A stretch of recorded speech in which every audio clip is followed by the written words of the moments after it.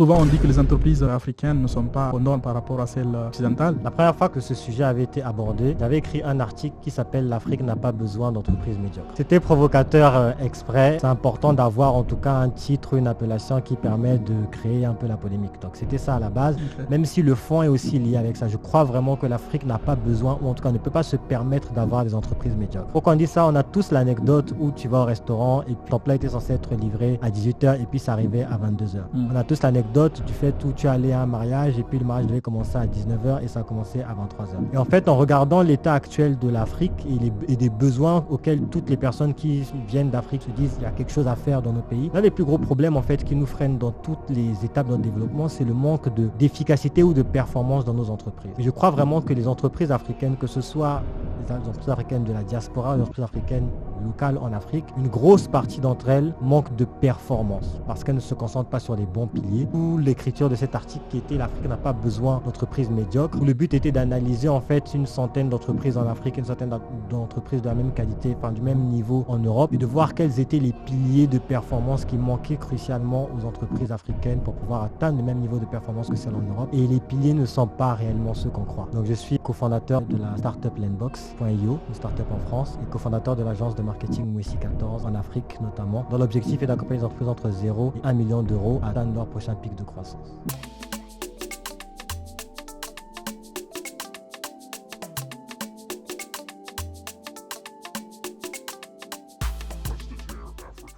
Bienvenue dans ce nouvel épisode de Prestataire Africa.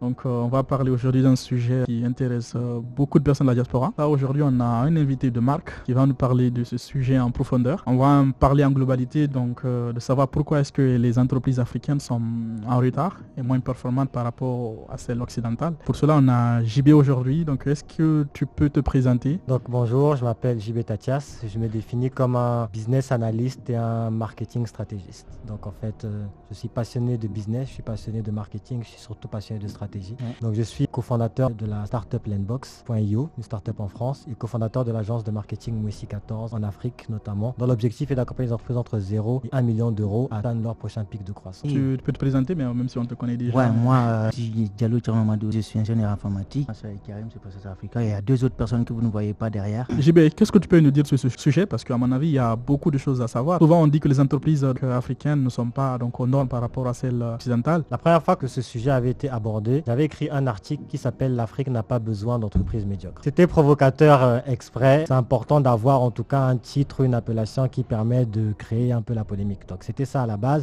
même si le fond est aussi lié avec ça. Je crois vraiment que l'Afrique n'a pas besoin, ou en tout cas ne peut pas se permettre d'avoir des entreprises médiocres. Pourquoi on dit ça? On a tous l'anecdote où tu vas au restaurant et puis ton plat était censé être livré à 18h et puis ça arrivait à 22h. On a tous l'anecdote du fait où tu es allé à un mariage et puis le mariage devait commencer à 19h et ça a commencé à 23h. Et en fait, en regardant l'état actuel de l'Afrique et des besoins auxquels toutes les personnes qui viennent d'Afrique se disent qu'il y a quelque chose à faire dans nos pays, l'un des plus gros problèmes en fait qui nous freinent dans toutes les étapes de notre développement, c'est le manque d'efficacité ou de performance dans nos entreprises. Et je crois vraiment que les entreprises africaines, que ce soit les entreprises africaines de la diaspora, les entreprises africaines locales en Afrique, une grosse partie d'entre elles manquent de performance parce qu'elles ne se concentrent pas sur les bons piliers. Ou l'écriture de cet article qui était « L'Afrique n'a pas besoin d'entreprises médiocres », où le but était d'analyser en fait une centaine d'entreprises en Afrique, une centaine d'entreprises de la même qualité, enfin du même niveau en Europe, et de voir quels étaient les piliers de performance qui manquaient crucialement aux entreprises africaines pour pouvoir atteindre le même niveau de performance que celles en Europe. Et les piliers ne sont pas réellement ceux qu'on croit. Ok,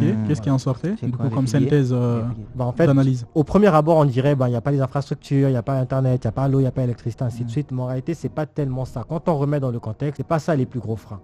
Les premiers freins, en fait, sont avant tout des freins sur 3 piliers principaux, que j'appelle les 3 V. Donc, le premier pilier, c'est la vision. Le deuxième pilier, c'est le véhicule de production. Ouais. Et le troisième pilier, c'est la vertu. Ok. Vision, véhicule, vertu, ce sont les 3 piliers. Bon, je pourrais approfondir un peu Mais ok, 3 piliers. moi je me disais surtout c'est lié justement à ce que tu disais, c'est qu'on ne peut pas comparer des entreprises donc africaines qui sont dans un contexte socio-économique, politique complètement différent avec nos réalités par rapport à celle occidentale. Mais du coup toi tu écartes ça.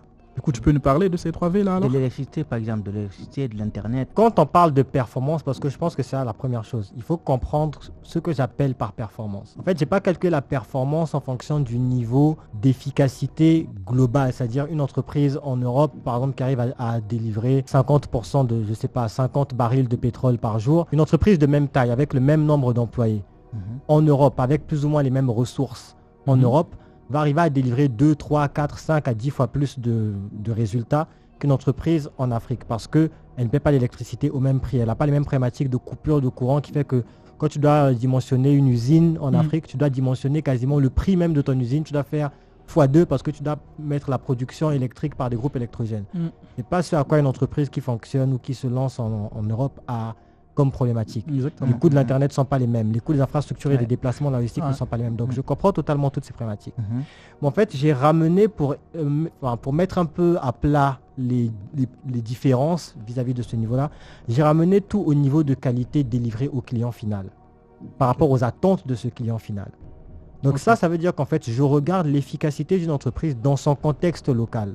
Les attentes d'un client européen ne sont pas les mêmes attentes qu'un client africain nécessairement, ou les mêmes attentes qu'un client asiatique ou qu'un client d'ailleurs. Et le client local sait aussi comprendre les difficultés qui sont liées au contexte, le fait qu'il n'y a pas d'électricité, qu'il n'y a pas d'eau, qu'il n'y a pas d'internet facile, ainsi de suite. Le consommateur final sait voir ces problématiques. Ça n'empêche pas que malgré tout ça, même en prenant en compte tout ça, il y a quand même un gros gap. Un exemple simple pour simplifier ce que je dis, quand un Africain de la diaspora va dans un resto africain, quand il va dans un resto européen, il s'attend à être livré dans les 30 minutes. Quand il va dans un resto africain, il est prêt à accepter d'avoir 1 heure de retard. Mais 3 heures, c'est trop, ou 2 heures, c'est trop. Ça, ça veut dire. Il y a quand même un gap entre le fait que la personne comprenne le contexte et même. Ça, c'est déjà dans un premier temps.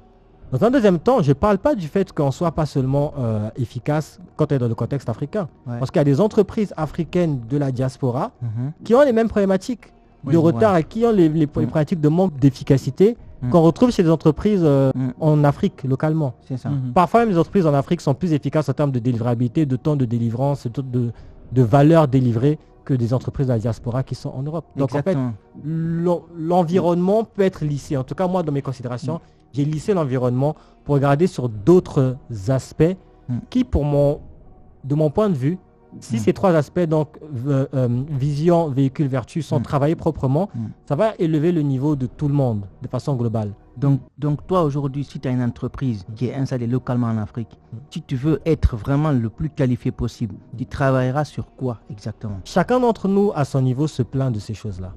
Donc tout le monde en réalité on sait déjà quelque chose parce qu'en tant que client, tu as ressenti le travail avec une entreprise africaine ou de la diaspora et tu as ressenti un manque de qualité, un manque de machin. Et encore une fois, ce que je dis, c'est que je ne le dis pas en blâmant les autres. On en est tous responsables. C'est compréhensible pour une entreprise qui est à son niveau de démarrage d'avoir quelques couacs. Moi, j'ai eu des couacs avec plein de clients. Et je me suis excusé. J'ai eu des couacs avec plein de partenaires. Bon, déjà, les entreprises africaines ne sont pas douées pour accepter quand on s'excuse. Quand tu travailles avec un Africain, tu fais une dinguerie, tout de suite, c'est la merde. Non, on peut s'excuser quand on a du mal, surtout quand on est dans le démarrage de son entreprise. Dans les débuts, l'accélération est forte, la croissance, on a du mal à suivre, c'est normal qu'il y ait quelques couacs. Mais c'est un problème qui se passe aussi chez les entreprises déjà bien avancées. Donc pourquoi je sais que c'est un problème? Parce que moi, j'ai les pieds dans les deux.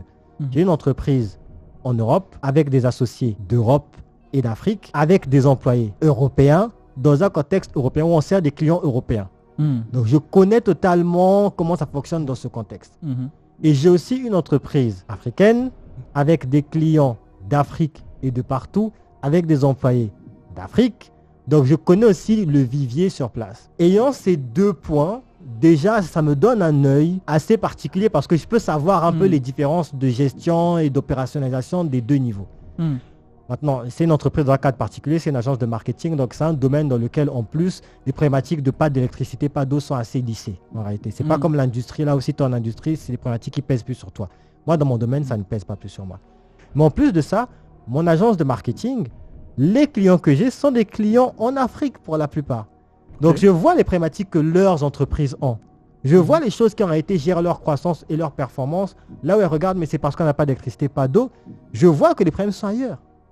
Donc cette position dans les deux zones me donne un œil assez particulier pour savoir qu'il y a d'autres problématiques. Donc je voulais quand même commencer par ça pour pas qu'on me jette trop des pierres. Okay. Encore une fois, mon approche n'était pas de rechercher la petite bête pour faire polémique. Mon approche était vraiment de chercher honnêtement quels sont les piliers sur lesquels on peut s'appuyer pour faire mieux en fait. Pour aller plus loin, parce que je crois que si les entreprises africaines performent mieux, tout le monde s'en sort mieux, le continent s'en sort mieux et la vie avance. Au-delà de l'électricité là dont on parlait, tu vois, quand moi je parlais même de contexte socio-économique et tout ça, il y a la formation. Peut-être que les ressources en Afrique ne sont pas formées de la même manière. C'est-à-dire qu'avec les attentes, l'expertise ou les choses qu'on tolère donc par rapport au code européen ne sont pas les mêmes par rapport à celui d'Afrique. Du coup, ce qui fait qu'il y a des choses qui sont acceptables là-bas, pas ici. Et du coup, peut-être qu'il y a tous ces codes-là adaptés à nous, Africains, que nous, on comprend. L'avantage aussi, c'est que si toi, tu n'avais pas vécu en Afrique, peut-être qu'il y a même certaines choses que tu n'aurais pas comprises. Mais là, c'est du fait que tu as vécu là-bas. Du coup, tu as l'œil du local. Et aussi, vu que tu es là, tu arrives à capter les deux. Mais il faut peut-être prendre en compte aussi ces codes-là, tu vois. En fait, j'irais plus loin. Ce que je dirais, c'est que si on mettait la même électricité qu'ici, en Afrique, qu'on mettait la même formation qu'en Afrique, qu'on mettait la même Internet qu'en Afrique. Parce que, encore une fois, je le redis, les entreprises de la diaspora africaine qui sont en Europe ont la même problématique alors qu'ils sont en Europe. Mais quand tu parles de diaspora, donc tu parles d'une personne qui est venue de l'Afrique, qui est de la diaspora. Donc là, c'est différent parce qu'il a déjà le produit. Même ceux qui sont ici et qui lancent leur entreprise. Ah ouais, ok. En fait, ça, c'est autre chose. Donc pour toi, c'est quoi exactement? On le sait tous. On va tous des restaurants africains. Là, c'est même parfois des fondateurs qui sont nés et grandis en Europe. Et qui sont de la diaspora africaine. Le but d'avoir ce genre de positionnement, c'est que les gens puissent ne pas être d'accord. Les gens puissent me dire, j'y vais, tu racontes de la merde. Et c'est tant mieux. Au moins qu'on ait ce discours. Parce que tout le monde le sait, tout le monde le dit. Nos entreprises manquent de performance et d'efficacité. Quand tu vas au niveau local, on viendra sur les piliers parce que voilà, j'ai envie de creuser ce que vous dites. Mais je suis allé dans un restaurant. Alors, c'est pas dans tous les pays.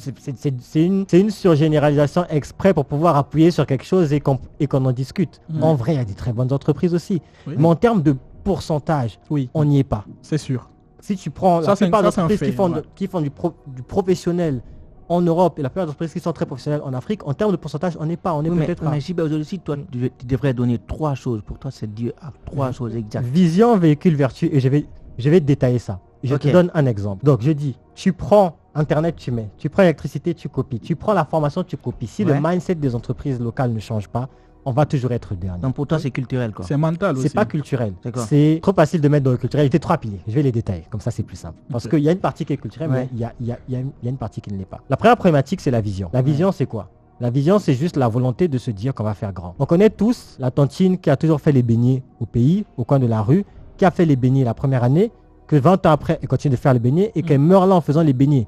Et elle est contente que oui, j'ai envoyé mon enfant faire les études en France grâce à l'argent des beignets. Et tout le monde se gargarise. Regardez la tantine, elle a envoyé son enfant en France avec les beignets. Moi, je me dis, mais quelle force d'avoir réussi à envoyer son enfant en France avec les beignets ou alors aux États-Unis en vendant les beignets. C'est déjà énorme. Mais vous imaginez si cette tantine avait pu multiplier son business et aller plus loin. Les Chinois sont arrivés au pays, ils n'ont pas traîné.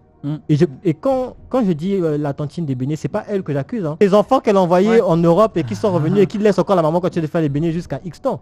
Mais les Africains, les Chinois, quand ils sont arrivés au Cameroun, les premières années, ils ont commencé à faire les beignets, ils ont commencé à faire le manioc, ainsi de suite. Aujourd'hui, j'ai regardé sur TikTok dernièrement, ils ont créé une machine à faire les beignets en masse.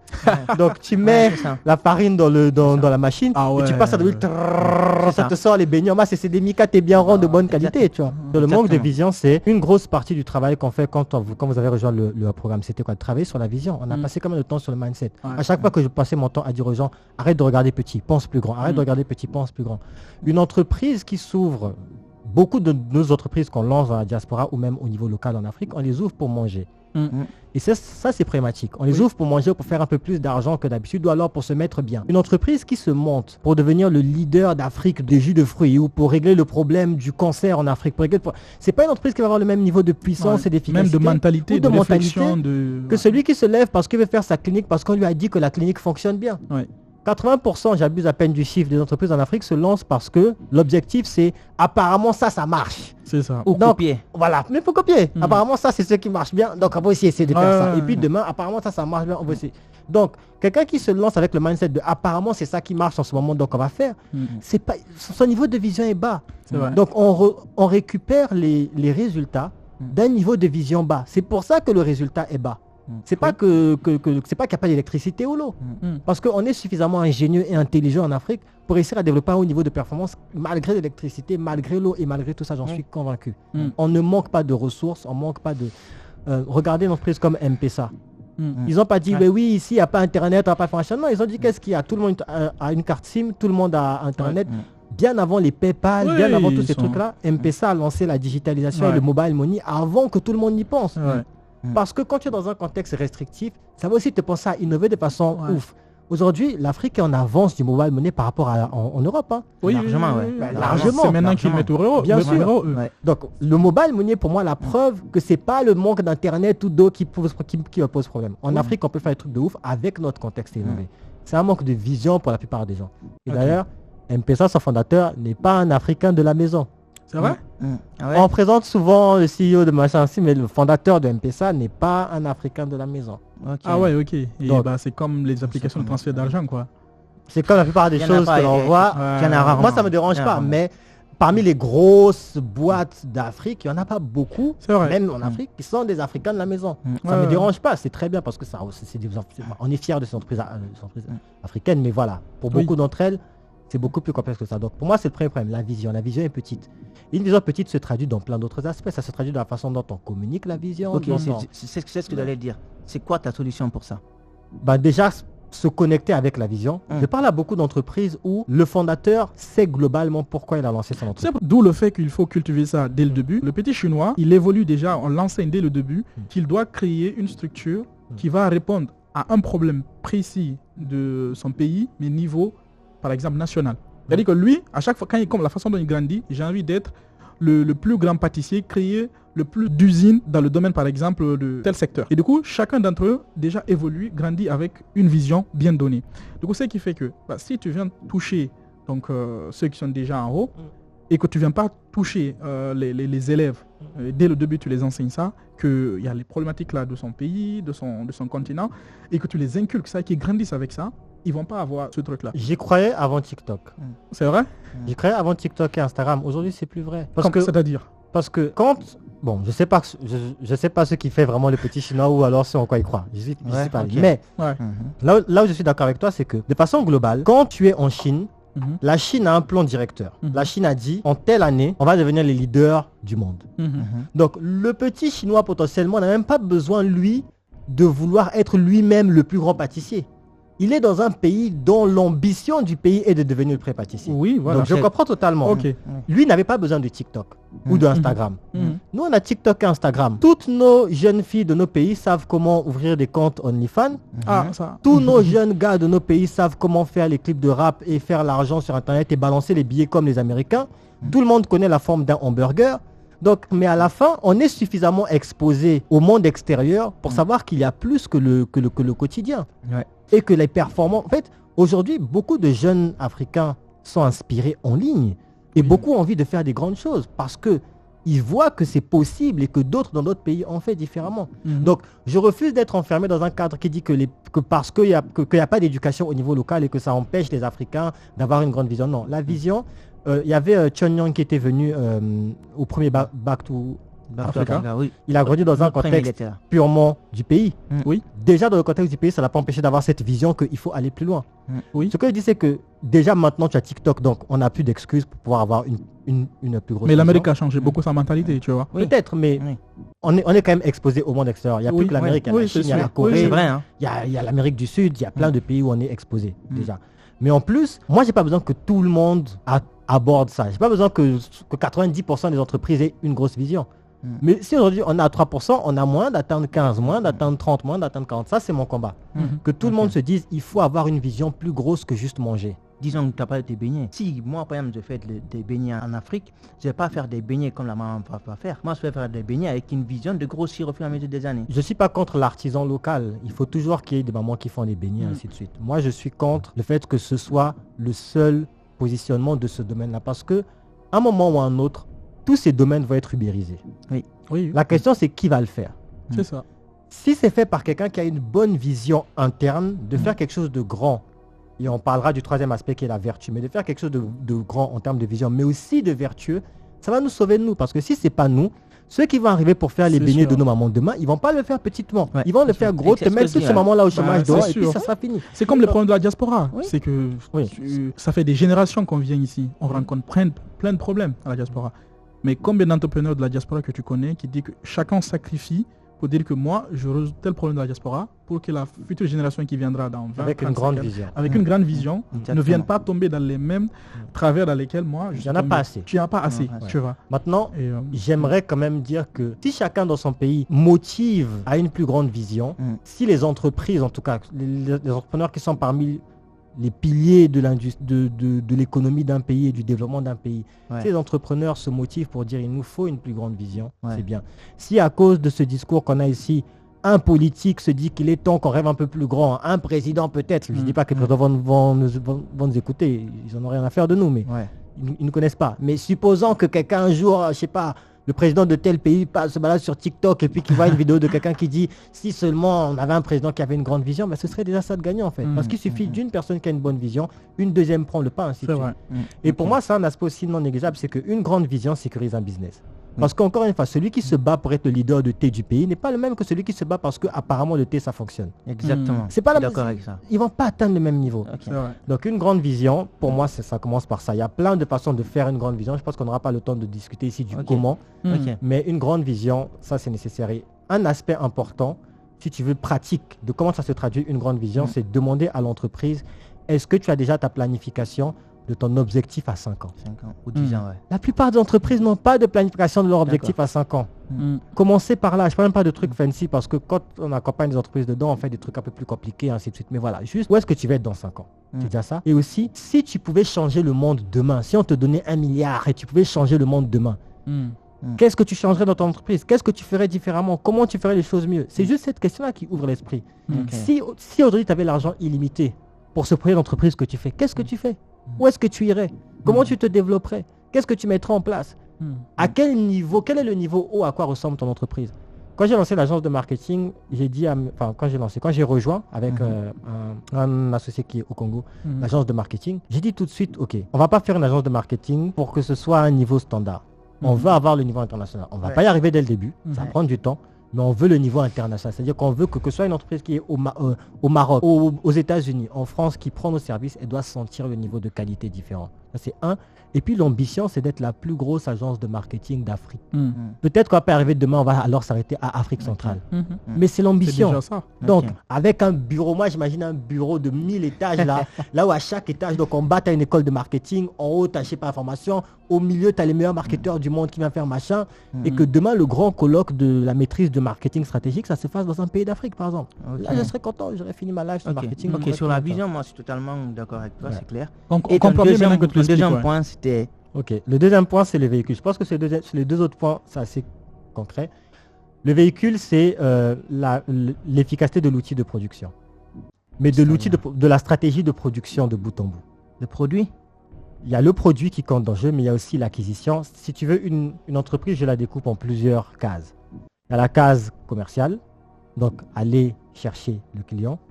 Si on veut mettre la case marketing avant, bon, disons que tu as la case marketing, donc aller chercher le client là où il est. Ensuite, à la case commerciale, convertir ce prospect en client. Donc, le marketing va chercher le prospect là où il est. Le commercial convertit le prospect en client. Après, tu as maintenant, une fois que le client est rentré, la delivery. Donc, délivrer le résultat promis. Donc, l'opérationnel, si tu veux. Donc là, c'est les services techniques, ainsi de suite. L'opérationnel doit délivrer ce résultat. Mais ça ne s'arrête pas là. Après, il y a le service client pendant la réception de la prestation et après la réception de la prestation. Et puis, tu as ensuite l'accélération, c'est-à-dire comment on prend un client qui est passé pour nous pour le faire accélérer à un niveau plus VIP, prolonger, si tu veux, la relation sur le long terme, si tu veux. Ok. Et sur ce parcours-là, et puis après, tu as la fin de vie. On peut considérer la fin de vie comme différentes choses. Comment, quand on se sépare avec un client, on n'est pas obligé de se séparer dans la douleur, ça peut se Non, faire non. bien, ainsi de suite. Et ce que je dis pour les clients vaut pour les prestataires et vaut pour les partenaires et prestataires et vaut aussi pour les employés. Donc, il y a ces Ok. trois piliers pour moi dans la partie véhicule, qui est le deuxième pilier. Donc, dans le véhicule, tu as la machine de production pour la partie client, la machine de production pour la partie employé, la machine de production pour la partie partenaire. Ok. Ces trois aspects-là sont bâclés chez nous. Ok. Et si je prends un symptôme classique de ces trois aspects, c'est le service client. On a l'un des services clients les plus pourris de toute génération de pays confondus. Il est horrible, le service client. Donc, pendant et après, le service client et le service support, c'est horrible. La plupart des pays d'Afrique ne calculent pas ça. Alors, service client, c'est un symptôme. Le marketing. Un exemple de service client. Moi, ce qui me pose problème, c'est pas quand ça touche l'informel. Ce qui me pose problème, c'est quand ça touche des vraies entreprises structurées. Et c'est pas une critique. C'est qu'on est dans des économies de business là où jusqu'à il y a très peu de temps, jusqu'à il y a 10 ans peut-être, on pouvait encore s'en sortir en se disant j'ai pignon sur rue, donc j'ai mon entreprise qui est installée quelque part, je connais mes 15 premiers clients principaux, le bouche-oreille fera le reste du travail, c'est des amis, même si je foire plus ou moins, bon je suis le seul banquier, le seul boulanger, le seul libraire du quartier, ça va. Et donc les entreprises se sont habituées à ce confort. Vous êtes seulement 2 entreprises dans chaque domaine d'activité. Vous avez plus ou moins un monopole. Les gens continuent d'acheter chez vous que vous fassiez du bon travail ou pas parce que de toute façon vous êtes les seuls et ça passe. Mais aujourd'hui, c'est plus le cas. Donc, les entreprises africaines qui ne se renouvellent pas vont encore plus couler parce que quand les entreprises internationales voient que le marché va, quand elles arrivent avec le bon niveau de qualité, le bon niveau d'exigence, les bons capitaux, la bonne vision, ils arrivent en force. Et donc quand ils arrivent, ils absorbent tout. Ils bousillent ce qui se passe sur le terrain. Aujourd'hui, on ne pourra pas se plaindre. Ça fait 20 ans que vous êtes sur le terrain, rien ne change. Je suis allé à Abidjan l'année dernière. Franchement, j'ai vu des magasins qui arrivent, qui sortent de sous terre des Chinois. C'est comme en Europe. Ça veut dire que les magasins qui sont à côté, il n'y a plus de clients, tout le monde vient chez eux, ils emploient tout le monde, c'est incroyable. J'ai beaucoup d'amis sénégalais qui se plaignent de ça aussi. Et on ne peut pas seulement dire mais c'est parce qu'ils sont venus avec plus d'argent. Parce que je suis convaincu que s'il y a une entreprise d'un Sénégalais ou d'un Malien ou d'un Ivoirien qui a un très bon niveau de qualité mais qui est juste plus petit et ainsi de suite, les gens vont continuer d'aller chez lui parce que c'est le frère du quartier et il fait de la bonne qualité, on n'a jamais de problème avec lui. Mais c'est lorsque la grosse entreprise arrive, elle n'en rafle pas une. Elle va venir mettre au chômage une cinquantaine de nos locaux qui ne gèrent pas le travail de la bonne façon. Exactement. Et ton troisième point, j'y vais. Le troisième point, j'ai parlé de vision, j'ai parlé de véhicule. Le dernier, c'est la vertu. La vertu, pour moi, c'est la capacité d'une entreprise à avoir un net positif sur la société dans laquelle elle est implantée, au-delà de son bénéfice. C'est-à-dire l'impact L'impact au-delà du bénéfice. Parce que je prends une entreprise lambda classique en Afrique, lambda, voilà. Elle a une vision correcte de faire de l'argent. Comme elle est parfois la seule, ou alors vous êtes 2 sur le terrain ou 3 sur le terrain, l'entreprise fait de l'argent pas mal. Elle met en place un véhicule d'acquisition qui se base principalement sur le bouche-oreille, donc pas de marketing, pas de service client, mais elle accumule de l'argent. Cet argent n'est pas réinvesti pour la vision, n'est pas non plus réinvesti pour la vertu. Il n'y a pas d'impact social des entreprises localement. Il n'y a pas de développement. C'est des entreprises comme Total qui viennent chez nous, qui construisent des écoles ou des trucs comme ça. C'est pas des entreprises locales. Ils ramènent les capitaux. Ils ramènent les capitaux. Bon, ils nous... Voilà, mais ils en profitent pour construire 2-3 écoles, 2-3 trucs comme ça. Mais en fait, les entreprises locales qui sont nombreuses, qui se sont engrossées au niveau local, qui ont mangé à fond, qui ont mis des bénéfices, qui construisent des grosses prados, sont où pour les actions locales? Il n'y en a pas beaucoup. Mais la vertu ne s'arrête pas là. Le traitement des employés. Beaucoup d'entreprises ont des employés que ça fait 30 ans que l'employé est là. Toujours au même poste. Il n'y a même pas ne serait-ce qu'un système dans l'entreprise d'augmentation du niveau de compétence des employés qui sont là locales. On estime que si on a quelqu'un qui est rentré jardinier, il doit rester jardinier 40 ans. S'il y a quelqu'un qui est rentré maçon, il doit rester aide-maçon 40 ans. C'est dommage. Parce que c'est un peu lié à la vision en soi.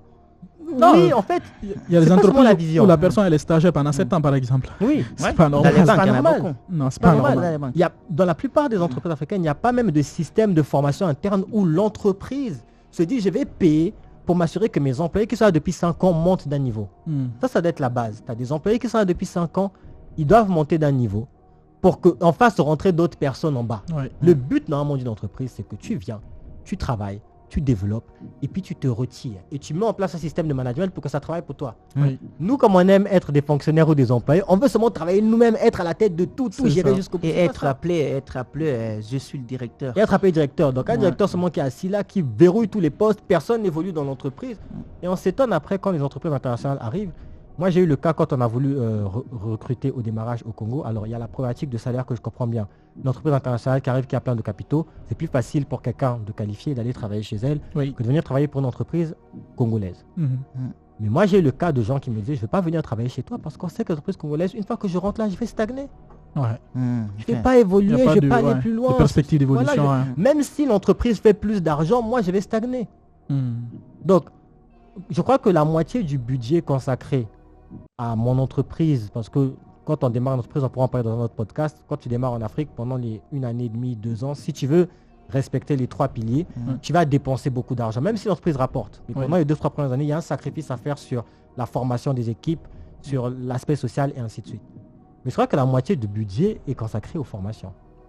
Parce qu'en fait, il faut que tes équipes augmentent de niveau, déjà, ne serait-ce que pour rattraper le niveau des autres. Mais en plus, parce que eux, quand ils augmentent, ils te déchargent de certaines tâches que d'autres peuvent venir renflouer derrière. Donc, c'est cette stratégie que tu utilises aujourd'hui. Bien sûr. Même tu peux prétendre à chercher d'autres types de clients. Toi, tu vises plus loin. Tu peux augmenter la qualité de tes clients, la qualité de ton service, parce que tes équipes sont toujours un peu plus formées, un peu plus améliorées, ainsi de suite. C'est-à-dire que aujourd'hui, on regarde ça comme quelque chose où c'est un... Comment dire? On peut faire sans. Pour moi, c'est obligatoire. Sinon, on va se faire manger. Il nous reste 10 ans pour les entreprises africaines locales. Là,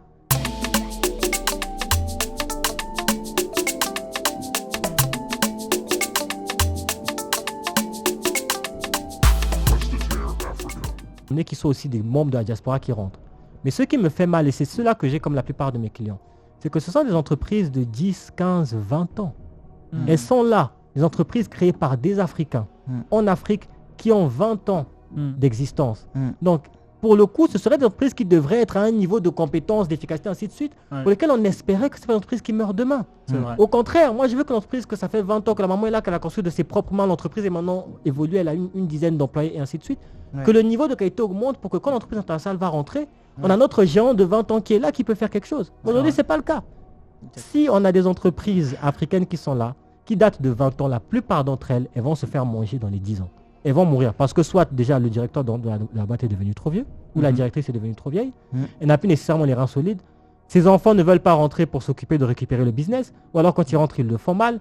Elle n'a pas mis en place le management suffisant pour pouvoir gérer son entreprise, il n'y a pas de vision, il n'y a pas de vertu, il n'y a pas de véhicule de marketing, il n'y a pas de véhicule d'embauche, il n'y a pas de véhicule de partenariat, donc tout est dans n'importe quel sens. En tout cas, ce qu'on peut dire, il y a des entreprises qui sont vraiment de qualité et qui ont vraiment une grosse expertise, qui arrivent en Afrique, est là. qui arrivent vraiment en Afrique dans les prochaines années et qui sont déjà en train d'arriver dans plusieurs pays.